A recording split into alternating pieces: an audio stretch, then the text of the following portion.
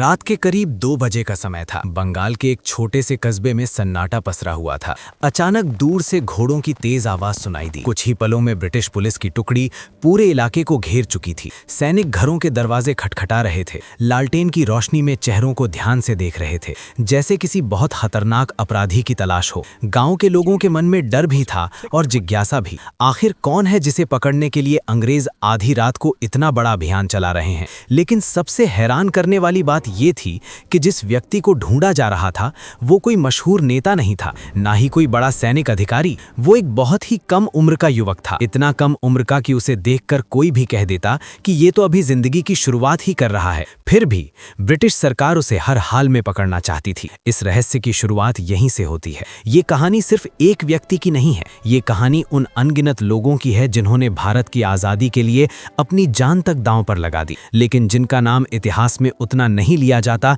जितना लिया जाना चाहिए था। जब हम आज़ादी की बात करते हैं तो अक्सर कुछ बड़े नाम हमारे सामने आते हैं, लेकिन असलियत ये है कि आज़ादी की नींव हजारों ऐसे अनजान नायकों ने रखी थी जिनकी कहानियां धीरे धीरे समय की धूल में दबती चली गईं। ऐसी ही एक कहानी है खुदीराम बोस की। 19वीं सदी के अंत और 20वीं सदी का शुरुआत का समय भारत के लिए बेहद अशांत था। 1905 में जब अंग्रेजों ने बंगाल का विभाजन किया तो पूरे देश में गुस्से की लहर दौड़ गई। लोगों को लगा कि यह सिर्फ प्रशासनिक फैसला नहीं बल्कि भारतीयों को बांटने की एक चाल है। उसी समय युवाओं के बीच क्रांति की भावना तेजी से फैलने लगी। खुदीराम बोस भी उन्हीं युवाओं में से एक थे। बचपन से ही उन्होंने अंग्रेजों के अत्याचारों की कहानियां सुनी थीं। उनके मन में एक सवाल बार बार उठता था, क्यों हमारे देश पर कोई और राज कर रहा है? क्यों हमारे लोग अपमान सहने के लिए मजबूर हैं? धीरे धीरे उनका झुकाव क्रांतिकारी गतिविधियों की ओर होने लगा। वे अनुशीलन समिति जैसे गुप्त क्रांतिकारी संगठनों से जुड़ गए। उस समय कई युवा गुप्त रूप से अंग्रेजी शासन के खिलाफ योजनाएं बना रहे थे।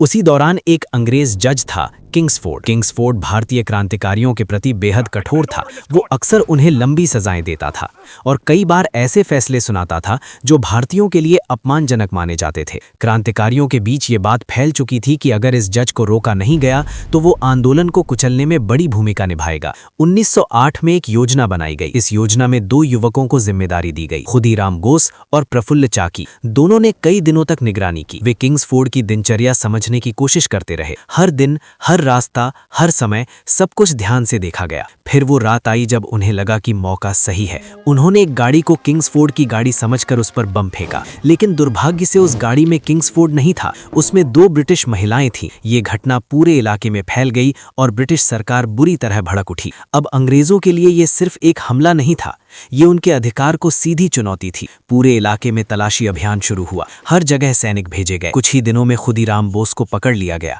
जब उन्हें अदालत में पेश किया गया तो बहुत से लोग उन्हें देखने के लिए आए। लोग ये जानना चाहते थे कि वो युवक कौन है जिसने इतनी कम उम्र में इतना बड़ा कदम उठा लिया। मुकदमा चला और अंत में फैसला आया, फांसी। लेकिन उस दिन अदालत में मौजूद लोगों ने जो देखा वो किसी ने सोचा भी नहीं था। खुदीराम बोस डरे हुए नहीं थे, वे शांत थे। उनके चेहरे पर एक अजीब सी मुस्कान थी। इतनी कम उम्र में भी उनमें डर का नाम नहीं था। जब उन्हें फांसी की सजा सुनाई गई तो उन्होंने कोई पछतावा नहीं दिखाया। उनके इस साहस ने हजारों युवाओं को प्रेरित किया। 1908 में जब उन्हें फांसी दी गई तो बंगाल में कई लोगों ने उस दिन को शोक के साथ साथ गर्व के दिन की तरह याद किया। लेकिन ये कहानी सिर्फ यहीं खत्म नहीं होती। भारत के अलग अलग हिस्सों में उसी समय कई और आंदोलन चल रहे थे। ऐसे आंदोलन जो शायद बड़े शहरों की खबरों में ज्यादा नहीं आते थे, लेकिन जिनका असर गहरा था। झारखंड और आसपास के जंगलों में रहने वाले आदिवासी समुदायों के बीच भी एक बड़ा संघर्ष चल रहा था। वहां एक युवा नेता उभरकर सामने आया, बिरसा मुंडा। बिरसा मुंडा का जन्म एक साधारण परिवार में हुआ था, लेकिन धीरे धीरे वो अपने समुदाय के लोगों के बीच एक नेता के रूप में पहचाने जाने लगे। उस समय अंग्रेजों की नीतियों की वजह से आदिवासियों की जमीन छीनी जा रही थी, जंगलों पर उनका अधिकार कम किया जा रहा था। लोग परेशान थे, लेकिन उन्हें दिशा देने वाला कोई नहीं था। तभी बिरसा मुंडा ने लोगों को एकजुट करना शुरू किया। उन्होंने कहा कि ये जमीन हमारे पूर्वजों की है, इसे कोई हमसे छीन नहीं सकता। धीरे धीरे हजारों लोग उनके साथ जुड़ गए। ये आंदोलन सिर्फ जमीन के लिए नहीं था, बल्कि सम्मान और अधिकार के लिए भी था। इस आंदोलन को उल गुलान कहा गया, एक बड़ा विद्रोह। ब्रिटिश सरकार को पहले लगा कि ये एक छोटा सा विरोध है, लेकिन जब आंदोलन बढ़ने लगा तो उन्हें एहसास हुआ कि स्थिति गंभीर हो सकती है। उन्होंने सेना भेजी, कई जगहों पर छापे मारे और अंत में बिरसा मुंडा को गिरफ्तार कर लिया गया। 1900 में जेल में उनकी मृत्यु हो गई। आधिकारिक तौर पर कहा गया कि उनकी मौत बीमारी से हुई, लेकिन उस समय कई लोगों को इस बात पर संदेह था। फिर भी बिरसा मुंडा की कहानी ने एक नई चेतना पैदा कर दी। आदिवासी समुदायों को ये एहसास हुआ कि वे अकेले नहीं हैं। इसी तरह देश के दक्षिणी हिस्से में भी एक कहानी जन्म ले रही थी।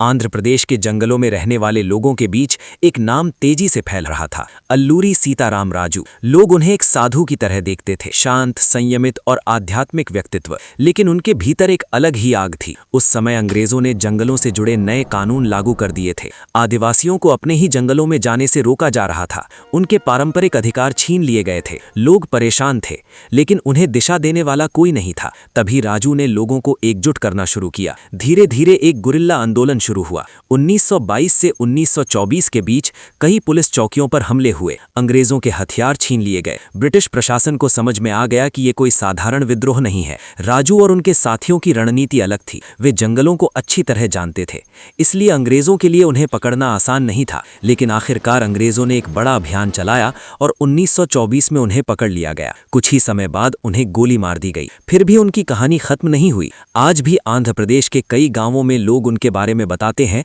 जैसे वो अभी भी उनके बीच मौजूद हों। उधर देश में 1942 का समय आया। ये वो दौर था जब भारत छोड़ो आंदोलन पूरे देश में फैल चुका था। लोग अंग्रेजों के खिलाफ खुलकर सड़कों पर उतरने लगे थे। इसी दौरान एक बुजुर्ग महिला का नाम सामने आया, मातंगिनी हाजरा। उनकी उम्र 27 साल से भी ज्यादा थी, लेकिन उनके अंदर जो साहस था वो कई युवाओं से भी ज्यादा मजबूत था। एक दिन वो हजारों लोगों के साथ जुलूस में आगे बढ़ रही थीं। उनके हाथ में तिरंगा झंडा था। लोग नारे लगा रहे थे। ब्रिटिश पुलिस ने उन्हें रोकने की कोशिश की, लेकिन वो रुकी नहीं। फिर गोलियां चली। एक गोली लगी, फिर दूसरी, फिर तीसरी, लेकिन आखिरी पल तक उनके होठों पर एक ही शब्द था, वंदे मातरम। उनकी शहादत ने लोगों के दिलों में आग भर दी। इसी बीच एक और कहानी चल रही थी जो थोड़ी अलग थी और रहस्यमयी भी। रास बिहारी बोस। वो उन लोगों में से थे जो खुलकर सामने नहीं आते थे, लेकिन जिनकी योजनाएं बहुत दूर तक असर डालती थीं। 1915 में उन्होंने अंग्रेजों के खिलाफ एक बड़े विद्रोह की योजना बनाई। अगर ये योजना सफल हो जाती तो शायद इतिहास कुछ और होता, लेकिन किसी ने उनकी योजना की जानकारी अंग्रेजों को दे दी। अब उनके लिए भारत में रहना मुश्किल हो गया।